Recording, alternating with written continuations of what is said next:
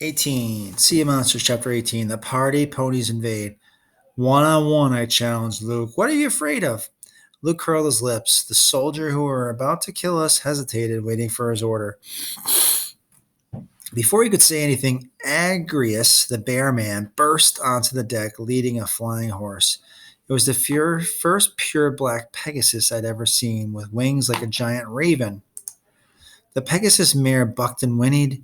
I could understand her thoughts. She was calling Agrius and Luke some names so bad Chiron would have washed her muzzle out with saddle soap. Sir, Agrius called, dodging a Pegasus hoof, your steed is ready. Luke kept his eyes on me. I told you last summer, Percy, he said. You can't bait me into a fight. And you keep avoiding one, I noticed. Scared your warriors will see you get whipped. Luke glanced at his man and he saw I'd trapped him. If he backed down now, he would look weak. If he fought me, he'd lose valuable time chasing after Clarice. For my part, the best I could hope for was to distract him, giving my friends a chance to escape. If anybody could think of a plan to get them out of here, Annabeth could. On the downside, I knew how good Luke was at sword fighting. I'll kill you quickly, he decided, and raised his weapon. Backbiter was a foot longer than my own sword, and its blade glinted with an evil gray and gold light where the human steel had been melded with celestial bronze. I could almost feel the blade fighting against itself like two opposing magnets bound together. I didn't know how the blade had been made, but I sensed the tragedy. Someone had died in the process. Luke whistled to one of his men, who threw him a round leather and bronze shield. I say round? Round leather and bronze shield.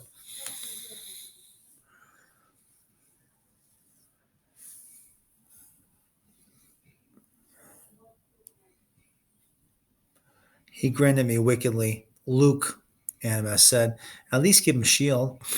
Sorry, Annabeth, he said. You bring your own equipment to this party. The shield was a problem. Fighting two-handed with just a sword gives you more power, but fighting one hand with the shield gives you better defense and versatility. There are more moves, more options, more ways to kill. I thought back to Chiron, who told me to stay at camp no matter what and learn to fight. Now I was going to pay for not listening to him. Luke lunged and almost killed me on the first try. His sword went under my arm, slashing through my shirt and grazing my ribs. I jumped back, then counterattacked with Riptide, but Luke slammed my blade away with his shield. My Percy, he chided. You're out of practice. He came at me again with a swipe to the head. I parried, returned with the thrust. He sidestepped easily. The cut on my ribs stung. My heart was racing. When Luke lunged again, I jumped backward into the swimming pool and felt a surge of strength. I spun underwater, creating a funnel cloud, and blasted out of the deep end straight at Luke's face. The force of the water knocked him down, spluttering and blinded, but before I could strike, he rolled aside and was on his feet again. I attacked and sliced off the edge of his shield, but that didn't even faze him. He dropped to a crouch and jabbed at my legs. Suddenly, my thigh was on fire.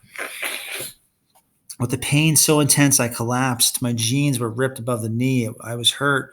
I didn't know how badly. Luke hacked downward and I rolled behind a deck chair. I tried to stand, but my leg wouldn't take the weight. Percy! Grover bleated. I rolled again as Luke's sword slashed the deck chair in half, metal pipes and all.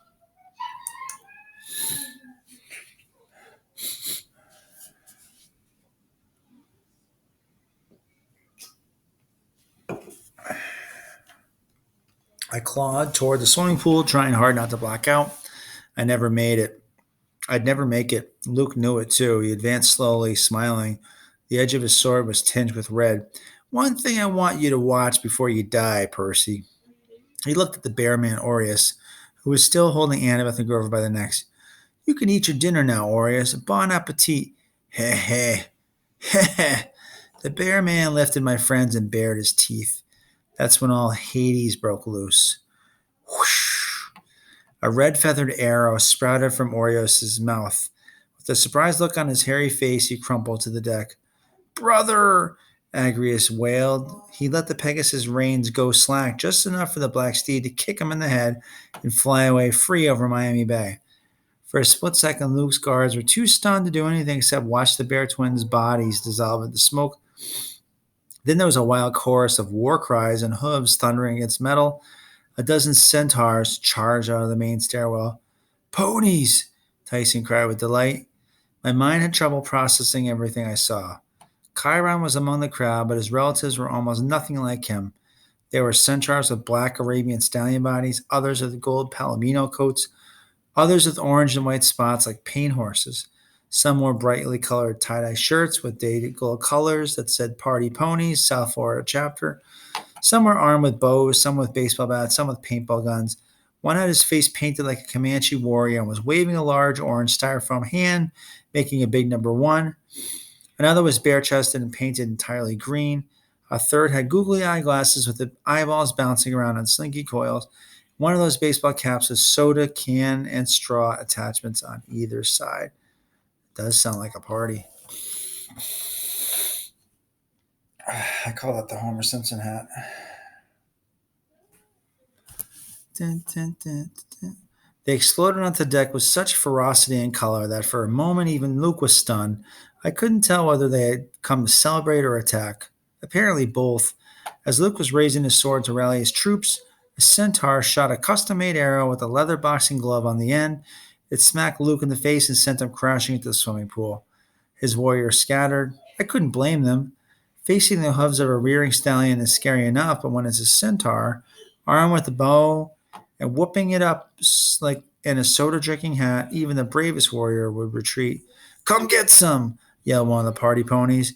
They let loose with the paintball guns. A wave of blue and yellow exploded against the Luke's warriors, blinding them and spattering them from head to toe. They tried to run only to slip and fall. Chiron galloped toward Annabeth and Grover, neatly plucked them off the deck, and deposited them on his back. I tried to get up, but my wounded leg still felt like it was on fire. Luke was crawling out of the pool. Attack, you fools, he ordered his troops. Somewhere down below the deck, a large alarm bell thrummed. I knew any second we would be swamped by Luke's reinforcements. Already his warriors were getting over the surprise, coming at the centaurs with swords and spears drawn. Tyson slapped half a dozen of them aside, knocking them over the guardrail into Miami Bay, but more warriors were coming up the stairs. Withdraw, brethren, Chiron said. You won't get away with this, horseman, Luke shouted. He raised his sword but got smacked in the face with another boxing glove arrow and sat down hard in a deck chair. A Palomino centaur hoisted me onto his back. Dude, get your big friend.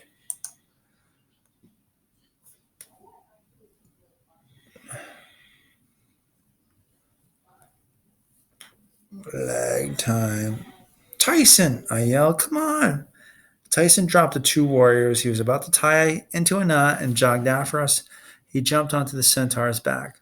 Dude, the centaur groaned, almost buckling under Tyson's weight. Do the words low carb diet mean anything to you? Luke's warriors were organizing themselves into a phalanx, but by the time they were ready to advance, the centaurs had galloped to the edge of the deck and fearlessly jumped the guardrail as if it were a steeplechase and not 10 stories above the ground. I was sure we were going to die. We plummeted toward the docks, but the centaurs hit the asphalt with hearty jolts and galloped off, whooping and yelling taunts at the Princess Andromeda as we raced into the streets of downtown Miami. That two sentences? That seemed like it was really one sentence and then two, I guess three sentences, but it seemed like one long one. I have no idea what the Miamians thought as we galloped by. Streets and buildings began to blur as the centaurs picked up speed. It felt as if space were compacting, as if each centaur step took us miles and miles. In no time, we left the city behind. We raced through the marshy fields of high grass and ponds of stunted trees. Finally, we found ourselves in a trailer park at the edge of a lake. The trailers were all horse trailers, tricked out with televisions and mini refrigerators and mosquito netting. We were in a centaur camp. Dude, said a party pony as he unloaded his gear. Did you see that bear guy? He was all like, whoa, I have an arrow in my mouth. The centaur with the googly eye glasses laughed. That was awesome. Head slam. The two centaurs charged at each other full force, knocked heads, and went staggering off into different directions with crazy grins on their faces. Chiron sighed. He set Annabeth and Grover down on a picnic blanket next to me. I really wish my cousins wouldn't slam their heads together. They don't have the brain cells to spare.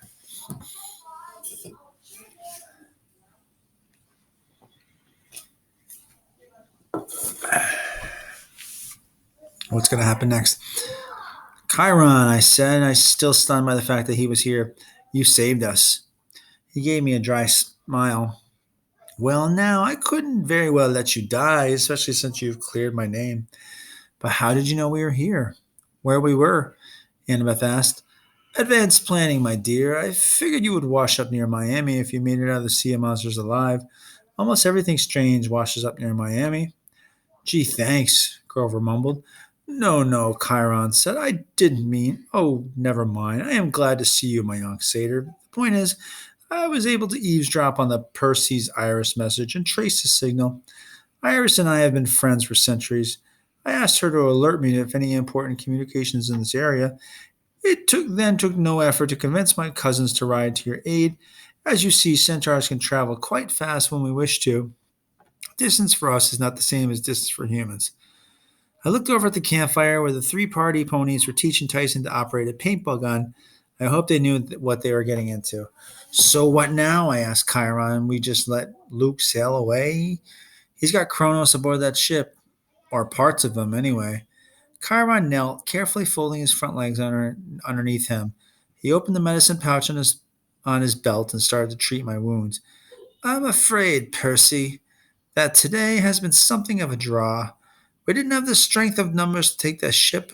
Luke was not organized enough to pursue us. Nobody won. But we got the fleece, Annabeth said. Clarice is on her way back to camp with it right now. Chiron nodded, but he looked uneasy. Yes, you are all true heroes, and as soon as we get Percy fixed up, you must return to Half-Blood Hill. The centaur shall carry you.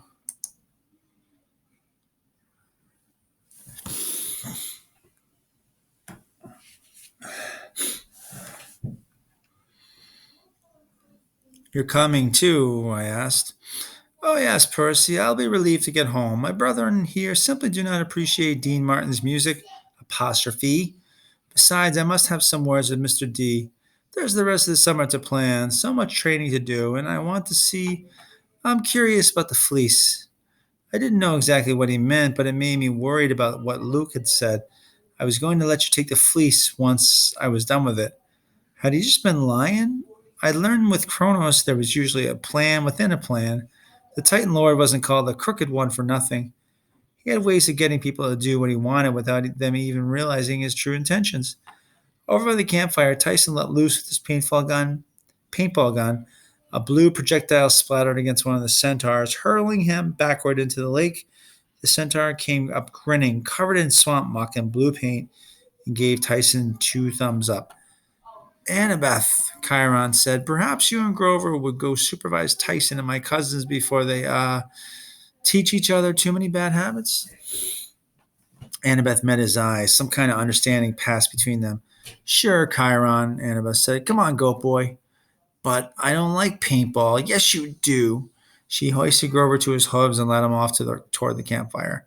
Chiron finished bandaging my leg. Percy, I had a talk with Annabeth on the way here. A talk about the prophecy. Uh-oh, I thought. It wasn't her fault, I said. I made her tell me.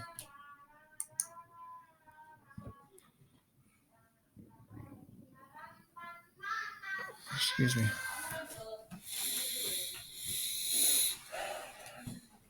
Her eyes flickered with irritation. I was sure he was going to chew me out, but then his look turned to weariness. I suppose I could not expect to keep it secret forever. So, am I the one in the prophecy? Chiron tucked his bandages back into his pouch. I wish I knew, Percy. You're not yet 16. For now, we must simply train you as best we can and leave the future to the fates. The fates. I hadn't thought about those old ladies in a long time, but as soon as Chiron mentioned them, something clicked. That's what I meant, I said. Chiron frowned. That's what it meant what? Last summer, the omen from the Fates, when I saw them snip somebody's life string. I thought it meant I was going to die right away, but it's worse than that. It's got something to do with your prophecy. The death they foretold. It's going to happen when I'm 16. Chiron's tail whisked nervously in the grass. My boy, you can't be sure of what we don't even know if the prophecy is about you. But there is any other half. But there isn't. But there isn't any other half-blood child of the big three that we know of. And Kronos is rising. He's going to destroy Mount Olympus. He will try, Chiron agreed, and Western civilization along with it if we don't stop him, but we will stop him. You will not be alone in that fight. I knew he was trying to make me feel better, but I remembered what Annabeth had told me. It would come down to one hero, one decision that would save or destroy the West, and I felt sure that the fates had been giving me some kind of warning about that.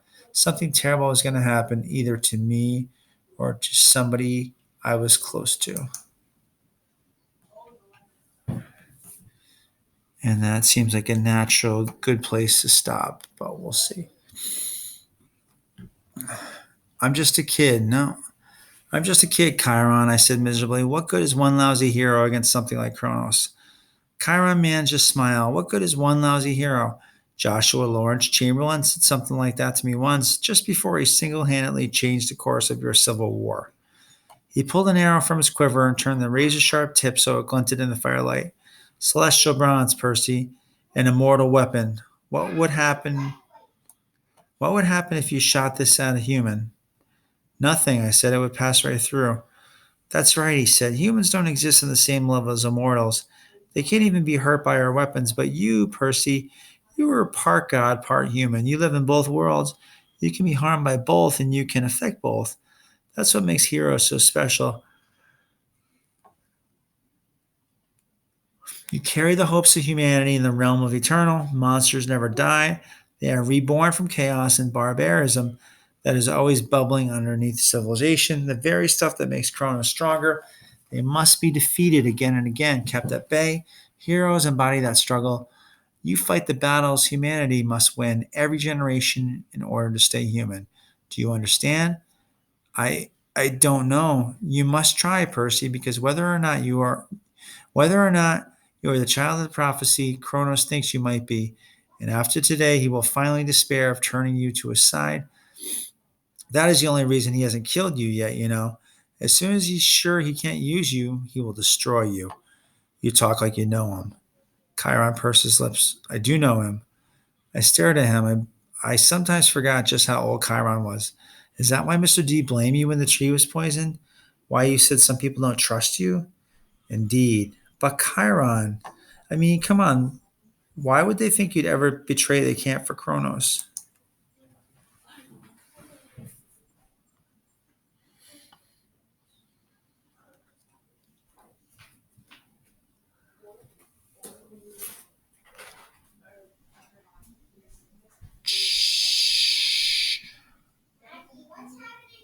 Chirosis, Chiroris, Chiroris' eyes were deep brown, full of thousands of years of sadness. Percy, remember your training. Remember your study of mythology.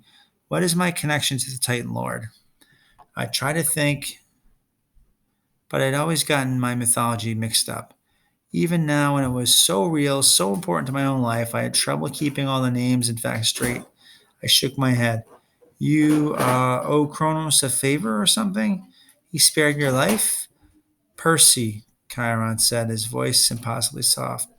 The Titan Kronos is my father.